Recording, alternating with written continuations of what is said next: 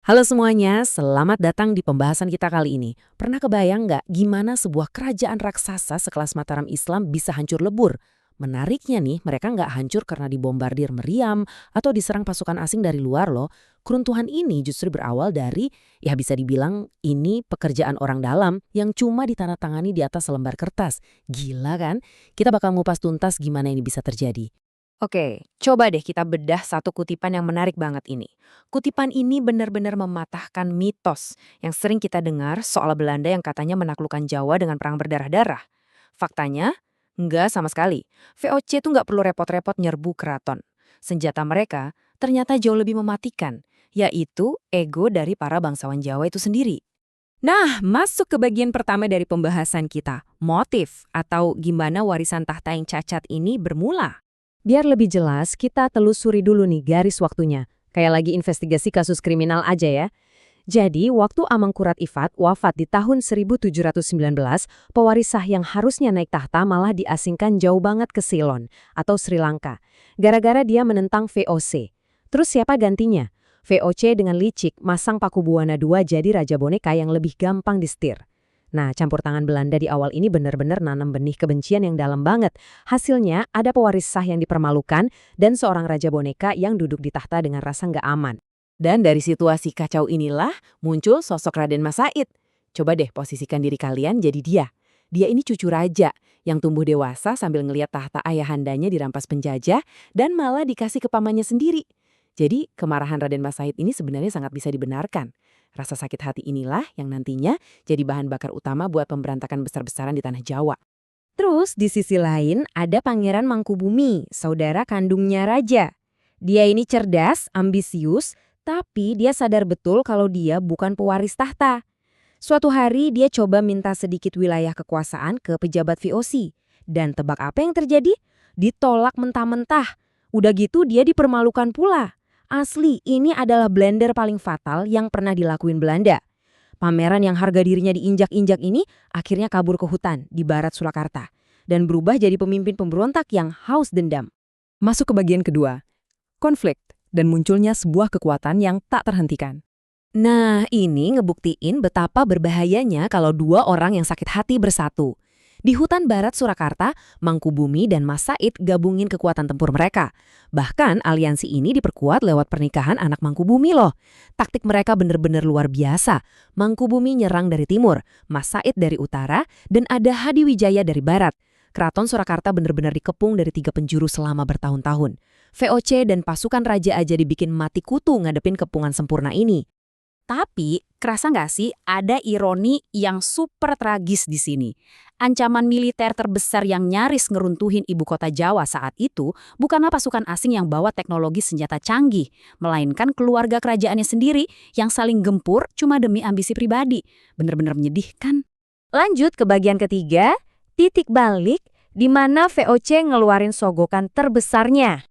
Bayangin situasinya. Keraton lagi panik parah, rajanya sakit kritis, dan pewarisnya baru umur 17 tahun. VOC sadar banget, secara militer mereka nggak bakal menang lawan aliansi Jawa ini. Jadi mereka main licik. Mereka ngeluarin jurus andalan, diplomasi/divide et impera, alias adu domba.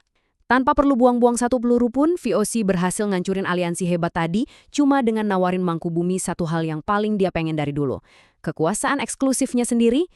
Menariknya, para ahli sejarah sepakat kalau manuver Mangkubumi ini tuh bukan keputusan impulsif semata.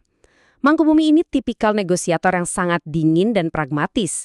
Beda banget sama Mas Said yang berjuang murni demi ideologi. Pada akhirnya, Mangkubumi bikin kalkulasi logis. Dia lebih milih dapat kekuasaan individual dan mahkotanya sendiri dibanding harus terus mertahanin persatuan kolektif Jawa.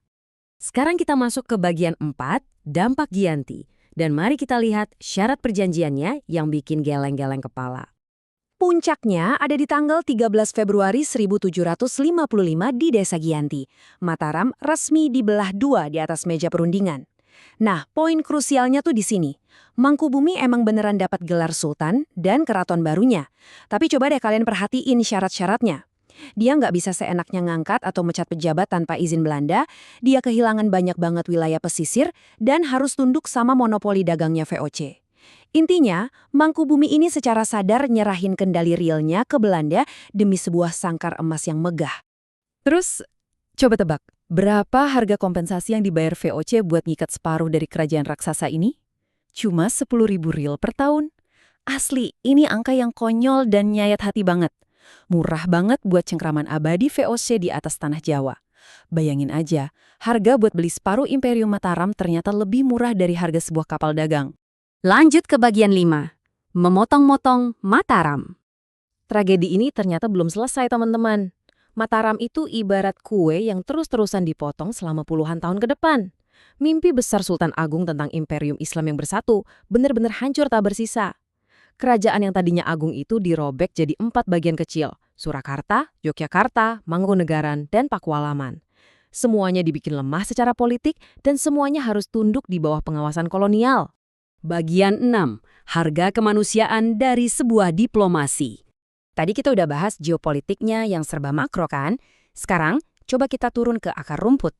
Garis-garis perbatasan yang asal-asalan digambar VOC di atas peta itu nyiptain penderitaan yang luar biasa buat masyarakat Jawa waktu itu. Contoh nyatanya ada di kota gede. Cuma dalam semalam, sebuah jalan kecil tiba-tiba berubah jadi perbatasan 2 entitas. Bayangin aja, rumah kalian tiba-tiba masuk wilayah Yogyakarta, rumah saudara kalian di seberang jalan masuk Surakarta. Pasar kebelah, maka meluhur kepisah. Ini benar-benar tragedi kemanusiaan yang brutal memisahkan sebuah komunitas. Masuk ke bagian terakhir kita, luka yang tak pernah sembuh. Udah hampir 300 tahun berlalu sejak perjanjian itu diteken, tapi efeknya masih kerasa kental banget di budaya Jawa sampai hari ini. Rivalitas antara Solo dan Yogya yang sering kita dengar, akar sejarahnya ya dari pembelahan ini. Tapi, nah ini yang menarik. Waktu keraton-keraton ini kehilangan semua taring politiknya, mereka malah banting setir abis-abisan ke ranah budaya. Kehilangan kekuasaan justru jadi pemantik Renaissance atau kebangkitan kebudayaan Jawa yang luar biasa. Mereka saingan mati-matian di seni tari, sastra, dan tradisi, cuma buat ngebuktiin siapa sih yang paling berhak menyandang gelar pewaris sejati, ruh Jawa, mengingat mereka udah nggak punya kuasa apa-apa di dunia politik. Jadi, kesimpulan dari paparan kita kali ini apa? Gini, VOC itu emang licik banget dengan taktik adu dombanya. Tapi mereka cuma ngeeksploitasi celah yang nyatanya udah sengaja dibuka sendiri sama elit Mataram yang pada saat itu buta karena ego, dendam, dan ambisi. Belanda nggak benar-benar ngancurin mereka. VOC itu cuma ngasih pisaunya aja dan Mataram lah yang akhirnya menikam dirinya sendiri. Pada akhirnya, perjanjian Giyanti ini bukan cuma soal catatan sejarah lama yang berdebu. Ini adalah cerminan buat kita semua. Sebelum kita tutup, saya pengen kalian merenungkan satu pertanyaan penting ini. Kalau kita bicara soal kejatuhan dan kehancuran sebuah bangsa, benarkah musuh yang paling menakutkan itu datang dari luar batas negara kita? Atau justru musuh terkuat itu bersembunyi dan lahir di dalam rumah kita sendiri? Coba dipikirkan ya. Oke, terima kasih udah nemenin saya ngulik sejarah hari ini dan sampai jumpa di pembahasan seru berikutnya.